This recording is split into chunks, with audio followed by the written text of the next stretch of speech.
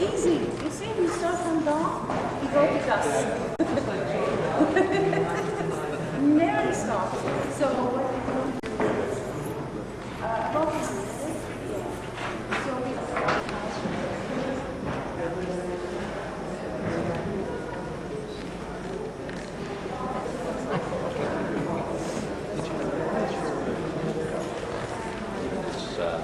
actually the cleanup is done. The repair is starting till Thursday. And then they said they're going to start up.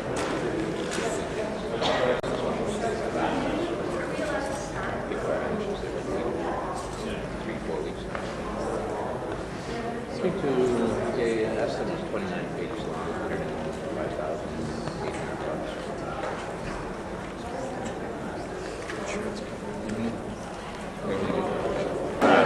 Make sure you don't be so tired. I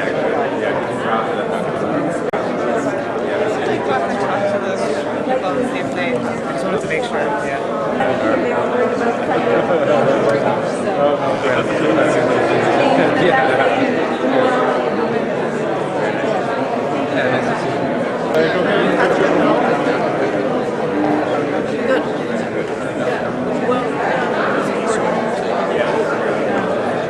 was on the phone call last night. Press 1, press 2. Yes. How did it go? Quite interesting.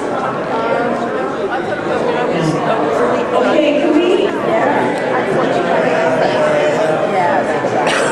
Especially at these times down there.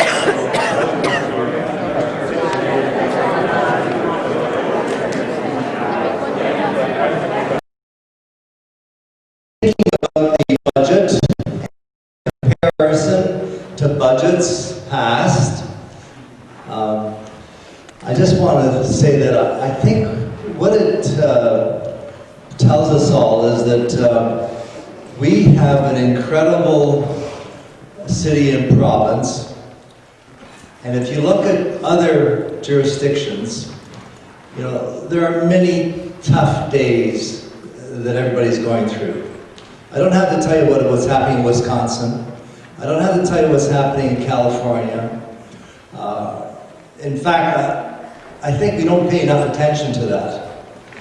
And if you pay attention to what's happening in other jurisdictions, like Spain, 27% unemployment in Spain. So wherever you want to go, there are incredible difficulties that people are facing, governments are facing, businesses are facing.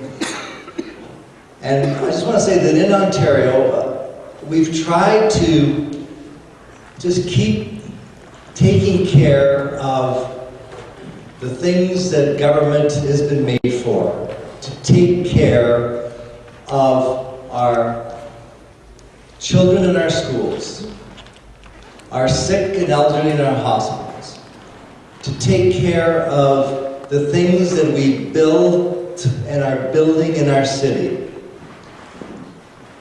to ensure that there is a human protective element whereby people who can't protect themselves have some kind of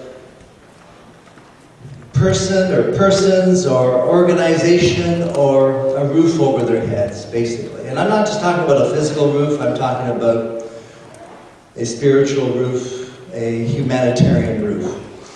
That, folks, is not easy.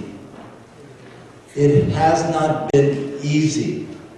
As many of you know who are there in the front lines that are here, know the incredible number of people that knocked on our doors with so many visible challenges, invisible challenges, and again, of all the things in the budget, which I think is really the hallmark of this budget, for me is the transformative investment in the mental health of our children. That speaks volumes in terms of where this budget is going, what we're trying to say to people. And I think if we can use that as a source of strength to give us hope and to give us this the power to keep doing good things to make sure people are protected. Because, you know, we can have another $60 revolution here in Ontario, but the $60 revolution doesn't do anything for the marginalized, the ones that are losing hope, the ones that, you know, are essentially locked in behind some apartment door. So that's what we've tried to keep doing in our budget. It has been something that is never without end, as you know, but hopefully we've got the strength and the ability now to partner with you and the people all over this province and the city who ensure that this protective umbrella, this protective human outreach continues to help people and makes our city and our province a place that is more than $60. It's about decency. Thank you very much.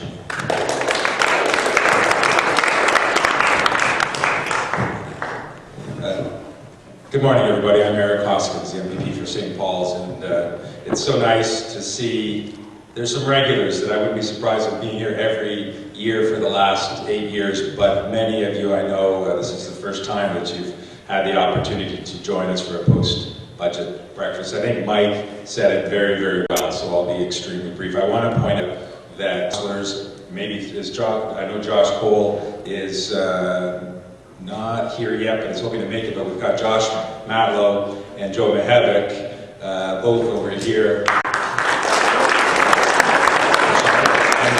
And Shelley Raskin as well is here, our local school board trustee for TVSB.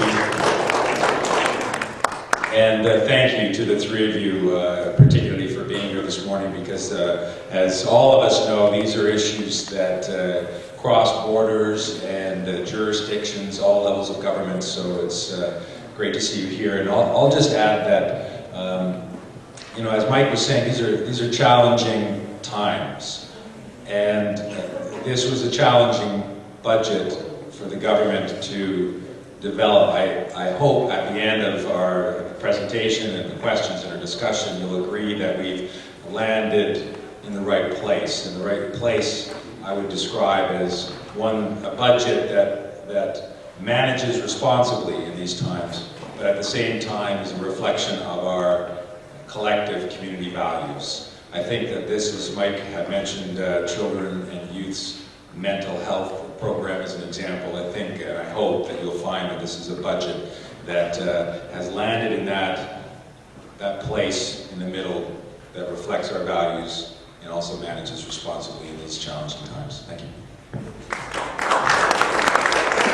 So we're going to have, there's the overview of the breakfast. We're going to try and get through this slideshow fairly quickly so we can get to the questions, which is most important. So we're going to start with where we are and where we're going, jobs and growth, managing responsibly, and finally protecting education and healthcare. So on the first item, where we are and where we're going. Ontario's turning the corner.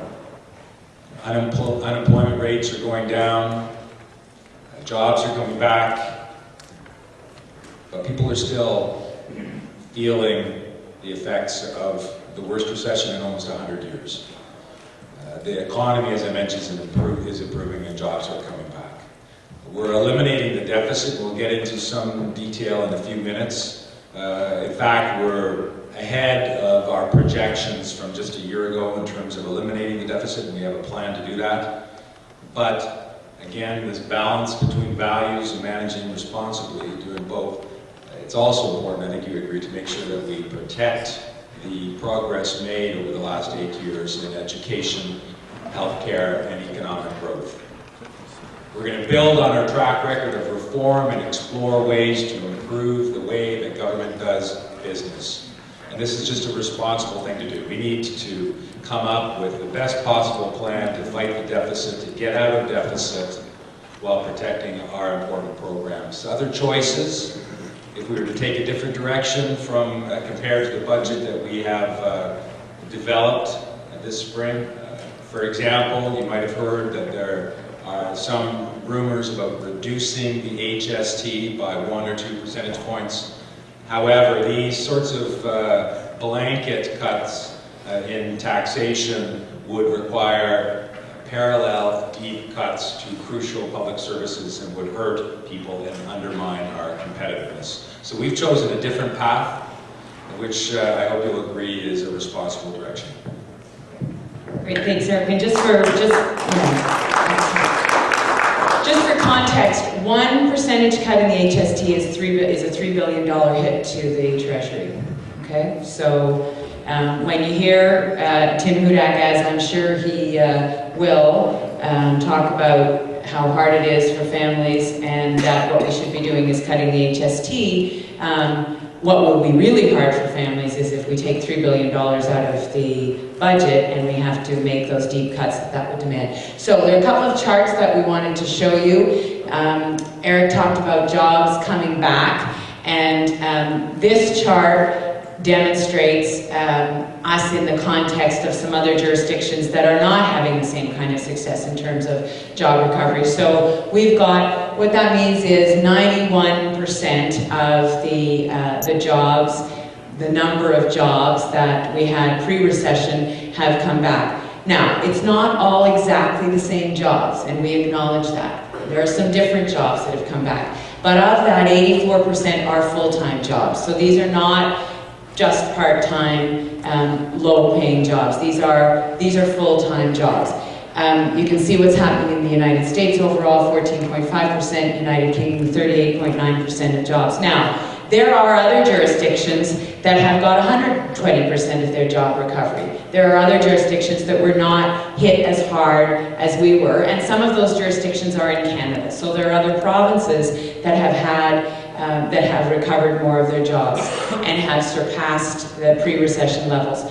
But given how hard we were hit in Ontario because of our reliance on the auto sector, for example, we are doing very, very well in terms of that job recovery. This slide just shows you that there is some growth that has returned to the province, and that we're on track for continued growth. But you can see it's not on an exponential up trajectory. There's sort of a leveling of growth, and so the issue for us going into this budget is that we have had to make some decisions that take us out into the long term in terms of changing some of the cost curves. And that's why you see later on, Eric's going to talk a little bit about healthcare. It's not that we need to cut, it's that we need to sustain and control the growth. Because if we have exponential growth everywhere, particularly in healthcare, which is $47 billion of our $120 billion budget, then it won't be sustainable. So, so that's what that chart was about. Job creation. I'm not going to read every word. You can see what's on the slide. The important point here is that we have made enormous investments in infrastructure, and we're going to continue investing in infrastructure.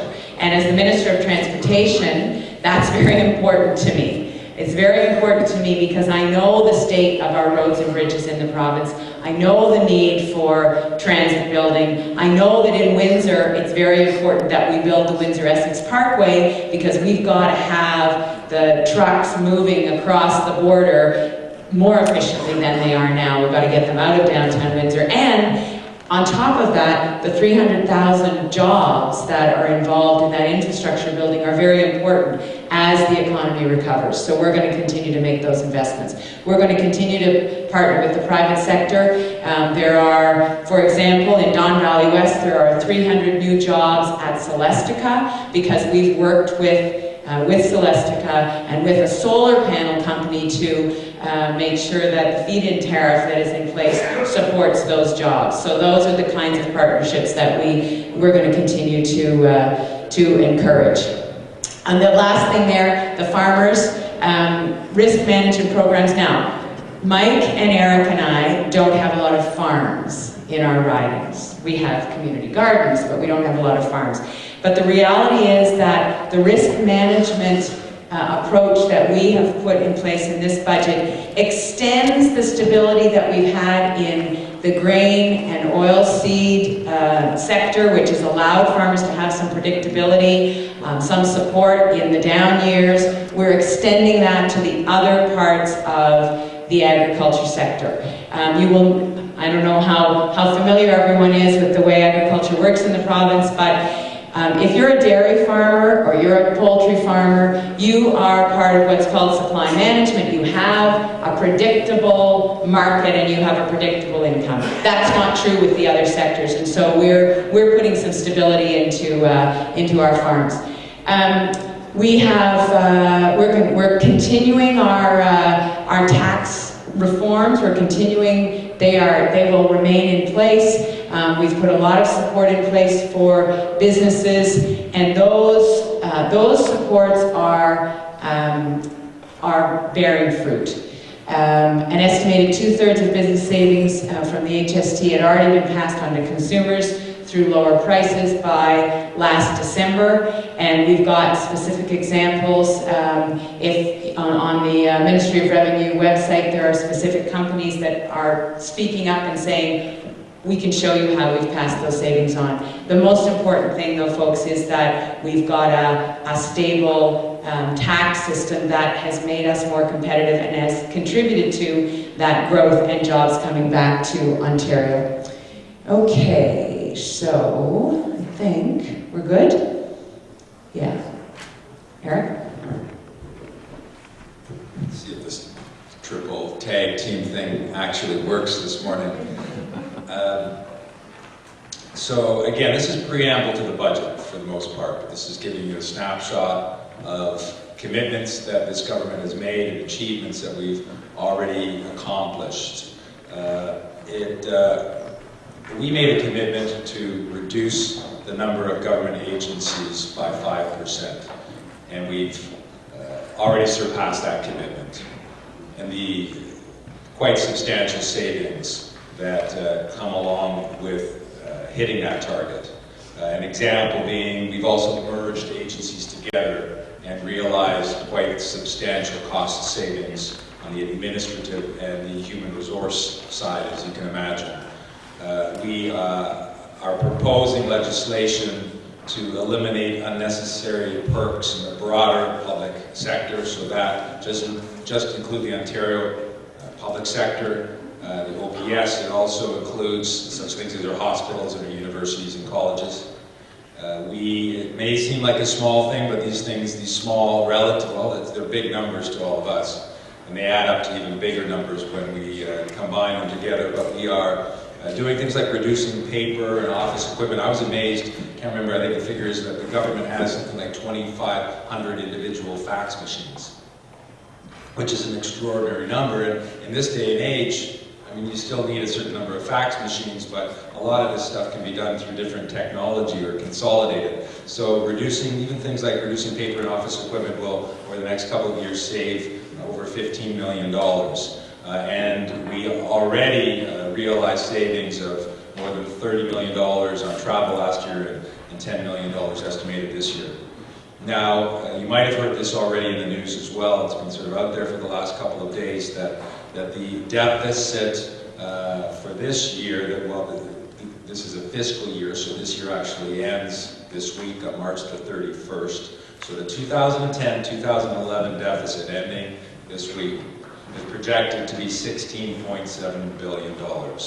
A tremendous number. I mean, it's a huge number, hence the incredible responsibility that government has to ensure that we reduce and eliminate that deficit. That deficit is actually $3 billion lower than we thought it was going to be 1 year ago. And almost all of that reduction, $2.6 billion out of that $3 billion, came out of reduced expenditures last year. So government restraint, we spent less money, and we realized greater savings, and we're able to eliminate the deficit or reduce that deficit at a greater rate than we had expected. So there, just sort of graphically gives you an example of where we were at the far left, in 2009, 2010, obviously the worst year of the recession period. a deficit that was projected to be almost $25 billion. In actuality, it was 19.3. And then the following one gives you the one I just talked about, this current fiscal year's deficit. The darker line, the black line is the actual. It was expected to be $3 billion higher at $16.7 billion. And you can see that there is a track, a plan, and we'll get into some of the measures that will be taken, a plan to reduce the deficit so that by 2017, 2018, perhaps earlier, that deficit will be reduced to zero. Some of you might think, well, we've got to get rid of that deficit faster, but again, that's where we get back to this challenge of reducing and eliminating the deficit, but also protecting the progress, the advances made in such things as healthcare and education and other important services that we all rely on. So this gives another sort of comparison between Ontario, Canada, and the rest of the world in terms of just how sizable our debt is. And I don't want to, none of us want to underestimate the importance of this, or just the magnitude of our debt, but compared to a number of other countries, the United States, for example, and various countries in Europe, our debt and Canada's debt and Ontario's debt is almost the same on a debt to GDP, gross domestic product. That ratio is almost the same between Ontario and Canada, but it's considerably lower than other countries around the world.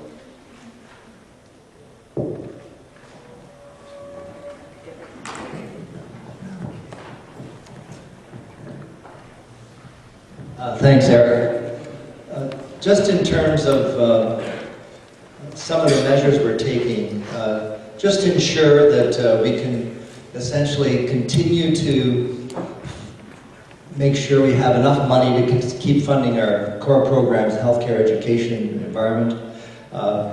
Because what happens if you don't find these savings, you end up building up more of a deficit, which means you pay more and more of your tax dollars you collect to pay interest on the debt.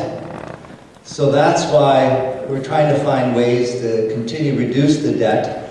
But as you know, the approach is very gradual, but aggressive, and it, at the same time, ensures we protect our core services. Because it's very easy just to slash and burn across the board. You can get the deficit down, but then you've got a huge problem. Then you've got people on the streets, you've got layoffs, and you've got that vicious cycle that takes place, like is taking place in California, where they just keep laying off public servants and they keep essentially hurting their economy, because when public servants don't work, they don't pay taxes. And then when they don't pay taxes, they don't work, they don't buy cars, they don't buy mattresses, they don't buy, you know, basic things, shoes. Yeah, so we're trying to avoid that. So the way we're doing is we're looking at operational efficiencies, and because the government is quite large, there are meaningful efficiencies to find, and that will help reduce the burden of the debt. So we're looking at, again, all kinds of areas of opportunity. We're also ensuring that the public service doesn't grow, but continues to perform its important functions.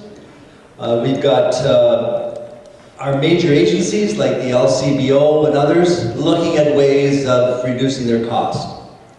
Because some of the agencies are large enough where they could find ways of reducing some of their costs, more efficient, and again, save the taxpayers some money. We're also looking at reducing the executive pays for some of our top directors in some of these agencies. You know, we are cutting back on one infrastructure project in the west end of Toronto. We're not proceeding with the courthouse as a measure that will help reduce our overall budget. But overall, our infrastructure spending is certainly proceeding in transit in other areas. We're also doing some consolidations in our correctional institutions. which is another huge part of government responsibility in Ontario. We have, unfortunately, thousands of people in our correctional institutions that are running 24/7, and they have to be housed. They have to be, certainly managed in an efficient way. So we're trying to find ways of consolidating some of those costs, and we're also exploring new ways to export and create value from Ontario's excellence in delivering these services, and we're also ensuring that we can export some of our expertise and recoup some revenue from that. And I guess the one sort of understandable dimension to this is that we are also bringing in Don Drummond. Don Drummond was a federal civil servant who was, I think, back in the Chrétien government or before, and then he went from there. He went to be the chief economist for the Toronto-Dominion Bank. He's written a lot of insightful papers on governance, federally, provincially, and he's now retired from TD, and he's going to lead a commission that would basically look for ways of accelerating our plans to eliminate the deficit, also look at some changes, some innovative changes of making government more effective. But he's not doing these overnight fire sales of the 407, remember that? We sold an asset that's worth about $20 billion. We gave it away to a Spanish consortium for $3 billion at that time. We're not, well, I'm saying the government of Ontario did, Ernie Eves. So we're not looking for those fire sales, and we're not looking for these quick fix so-called privatization initiatives. We're looking for innovation. We're looking for some thoughtful approaches to making government more effective. So that's basically the overview of some of the managerial efficiencies we're undertaking, keeping in mind that our core services, our core mission is still to proceed, but we're looking for ways to ensure that overall gnawing away of our resources by this deficit has to be controlled, or else, I said, in the long run, we can't deliver the services, and that continues to grow, so we've got to keep it in check. Thanks, Mike. So we're going to just talk about 3 areas. We've talked about what we're protecting, and just before I talk about the knowledge and skills, Mike mentioned the 407. In fact, we're extending the 407, and that extension will be provincially owned, and we're not backing away from that, and we're also not backing away from the commitment on the Toronto Transit Bill. And there may be questions about that afterwards, but Metrolinx and the mayor's office are having a conversation about how we can move ahead, and for this crowd, the Eglinton LRT is the critical line, and it's the critical regional line, and I am determined we're going to get it built. So that is our goal. So in terms of what we are protecting and what the core of this budget is about, these next 3 pieces are really it. The knowledge and skills. So the biggest piece of the education story at the elementary and secondary level is the full-day kindergarten, and in fact we're committing to having all the elementary schools in Ontario with full-day kindergarten by September 2014, which is actually a year earlier than initially we had committed. So it's a tight timeline, because you can imagine there are a lot of schools that need extra building if they're going to be able to fit the junior and senior kindergarten kids in full day. So we're committed to doing that. The other reality we're confronting in Ontario is that there's a bulge of post-secondary students moving through, and we need more spaces in post-secondary, and we've committed to another 60,000. That says college and universities, but that also includes apprenticeships. So it's all of those post-secondary positions that we know we need. And a lot of that is going to be in the GTA. The fact is that the bulge of the population of that age is in the GTA and wants to go to college or university or do their apprenticeship in the GTHA. And so it's going to be a real challenge, but we are committed to those 60,000 spaces.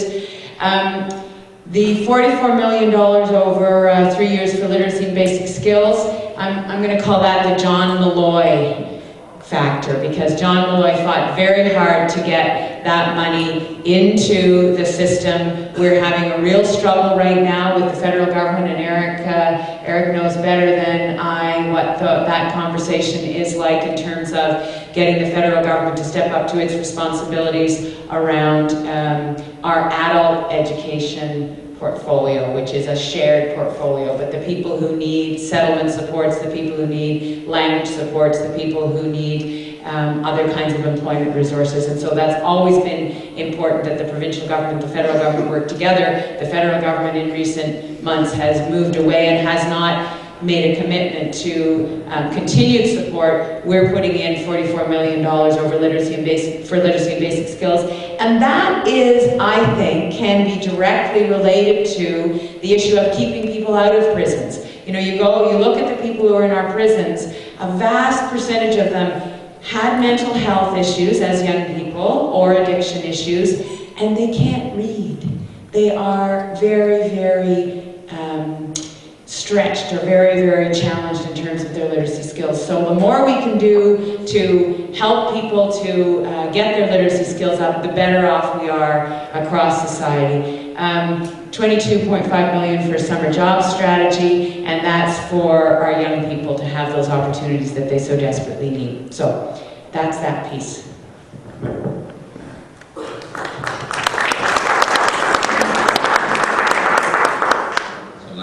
Coincidence that the former educator gets the education slide and the doctor gets the protecting healthcare slide. The first bullet there, we have a great healthcare system. You know, I'm speaking as somebody as well who's lived and worked probably in about 20 different countries around the world. Some of them highly developed, others less so, and it's not perfect, but we have a lot to be proud of the Ontario healthcare system, and it's something that we need to continue to work on and protect. It needs to evolve. We have a great program in Ontario called the Ontario Breast Screening Program, where at about 100 different locations around the province, you can get exceptional quality care, screening, post-screening counseling and advice, and importantly, it's well integrated to the healthcare system, but you don't require a referral from a physician or a nurse practitioner, for example. This program currently provides breast screening for individuals for women over the age of 50. What we're doing is we're investing over the next few years additional funds in that exceptional program to increase the number of women over 50 that can be screened, but also we are, for women who are of high risk of developing breast cancer between the ages of 30 and 49, we're expanding the program to also cover those individuals. The second component, which Mike started with early on, and I think it's something that certainly the three of us are very proud of, and it was an issue that there was an all-party committee that came out with a set of recommendations in terms of particularly children and youth and the mental health addiction challenges that they face in today's society, and it issued its report a number of months ago, and a number of people around the cabinet table and in various caucus committees spoke or argued, I think very convincingly, that despite the economic challenges that we're facing, that it was absolutely imperative that we invest funds in this area. So and it gets back to, this is probably our biggest investment in the budget in in something which is truly prevention. It's treatment, but it's also prevention, right? And as Kathleen was mentioning, that the negative effects of not assisting children and youth with their mental health challenges and addiction challenges, we pay for it later. They pay for it in extraordinary, difficult ways, but society also in a very real financial sense because of the impact that it has on these individuals and the impact that has on social services and other services down the road. This is an important investment in prevention, and it's a strategy which I think will also better coordinate and make more seamless the services that are provided to children and youth and adults, so that no child and no youth and no adult is left behind, and they can count on Ontario government services to be available for them.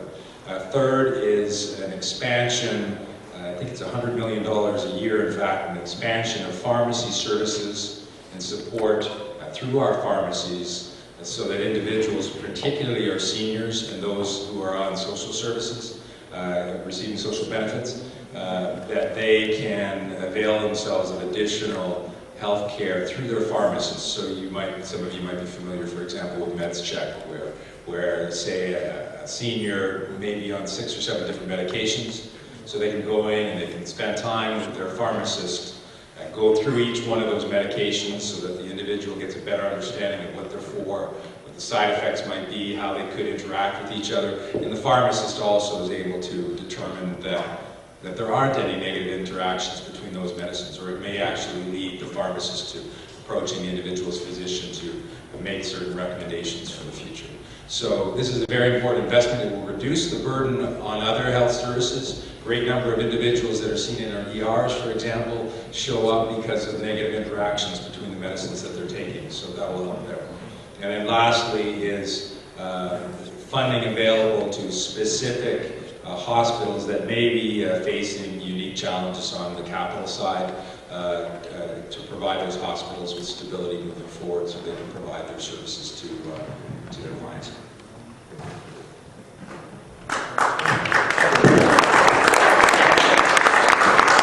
We had a hilarious conversation with David Orzetti, who actually brought in the bill on, he brought in a private member's bill on the breast screening. We had a hilarious conversation. The women in the caucus saying, yes, more breast screening, just what we want, more mammograms. And we talked about the physical process. So just quickly, we're going to bundle some of the tax credits to make them into one benefit to make it easier in terms of claiming those things, and also to even out the way they flow to people. So they all come at different times. What we're going to do is we're going to smooth them out so that on a monthly basis it'll be a predictable amount that people will get. We are increasing social assistance by 1%. In the fall of 2011, and we have consistently increased social assistance, and we're going to work to reduce auto insurance fraud. So that's the kind of background and some of the substance that we wanted to share with you this morning. I'll just add one thing to what Eric said about the mental health piece, which I think is really at the heart of this budget. We've talked about it for a number of years, and he talked about a number of members of caucus. I want to give credit to the select committee on mental health that was struck. It was an all-party committee that made recommendations to the government. I also have to tell you that Women's Caucus in our government had a very important role to play. Maria van Bommel is the chair of Women's Caucus, and by the time the budget was being put to bed, every time Dwight Duncan saw one of the members of Women's Caucus, he said, "I know, mental health, but what else?" So and Women's Caucus, by the way, is not all women. There are men who come out of Women's Caucus as well. So that's it, folks. It's over to you. Questions about your particular issues? The grants for student needs for education have not come out, and they're coming out today, so you'll get those details today. Okay, we've got a mic there.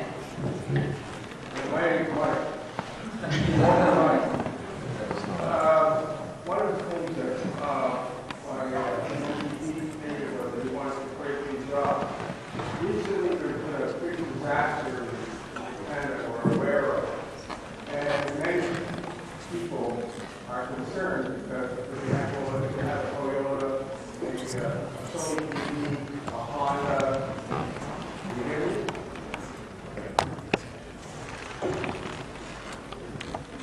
I don't know if you should start all over again. Anyway, there's a we're looking for new ideas to create jobs. There's a major shortage of parts for owners of cars. God willing, you don't get into a car accident because they'll never be able to fix your Toyota or your Honda right now or your Lexus. And they're just dropping down in price. You can't even resell them. I'm wondering if anybody from the provincial government is approaching these manufacturers in Japan or their agents here and seeing if we can get some kind of business partnership and build some of these parts in Ontario. It's a great place to build parts. We don't have earthquakes. Any comments? Yeah, thank you, Mike. And I think we should also really give an incredible amount of credit to the people of Japan. I mean, what they've endured with the triple whammy of a tsunami, earthquake, and then the nuclear danger is incredible.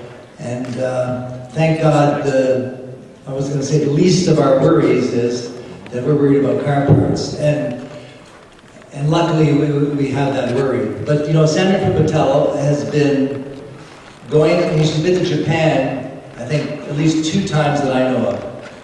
And we are forging quite formidable relationships with Japan because, you know, we have Toyotas that are manufactured here in Ingersoll, I think, and Brantford.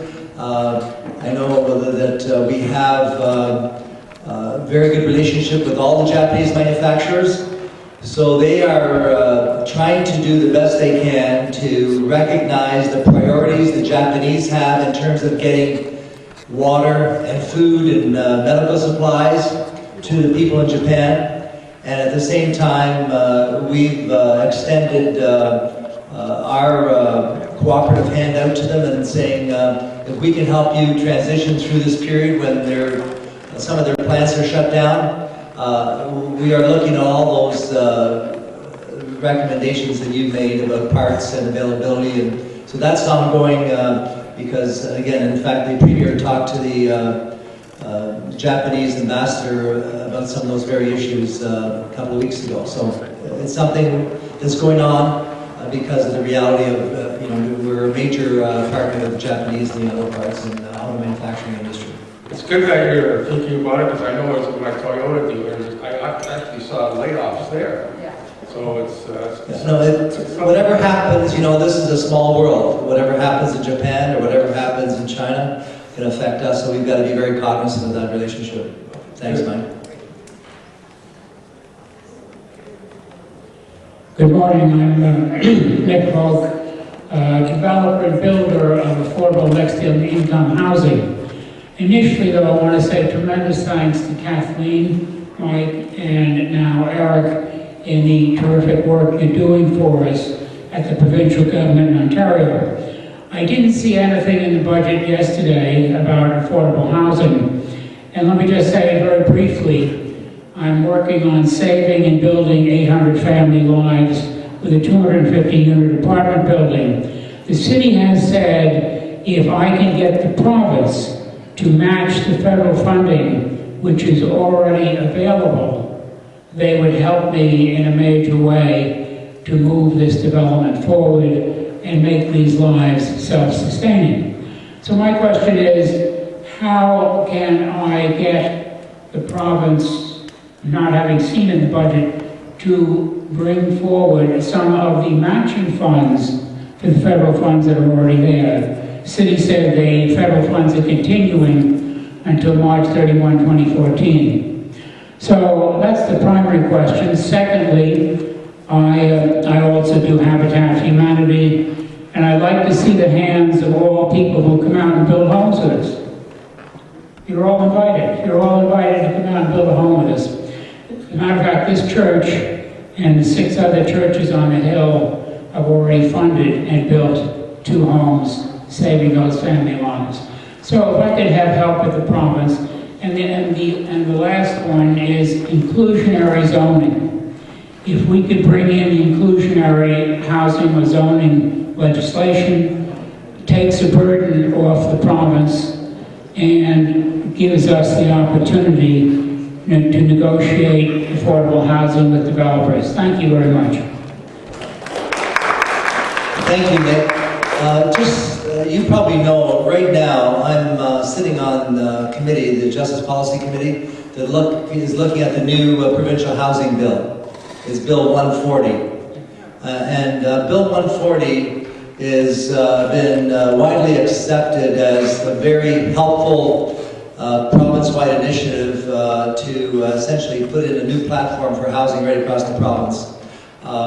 And so in those deliberations that are taking place, what we're doing is we're trying to get rid of a lot of the roadblocks that exist in terms of providing housing with this new legislation that's still before committee.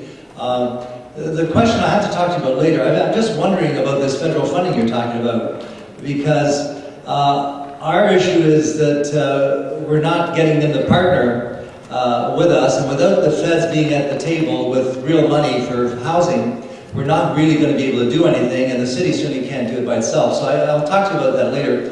The other thing, as you know, we have just completed quite a strong initiative in housing, and that is the retrofit program that Minister Watson was able to sign, where we've done an incredible needed retrofit to all of our public housing stock across the province. And I know in my own riding, I've seen work take place that I've never seen before. And that's the other challenge, is the incredible mounting cost of maintaining housing stock, Toronto community housing stock, for instance. It is in need of incredible amounts of money for repairs, for maintenance, for upgrading, from the balconies to the boiler systems to the condition of their rooms and kitchens and so forth. So that has helped in terms of maintaining stock. In terms of new programs and new money, there isn't a huge amount except for the ongoing subsidies that we do provide for people in housing with Ontario Disabilities Program and those kind of funds that are available. And I was glad that we were able, which is not, it is in the budget, but it wasn't highlighted.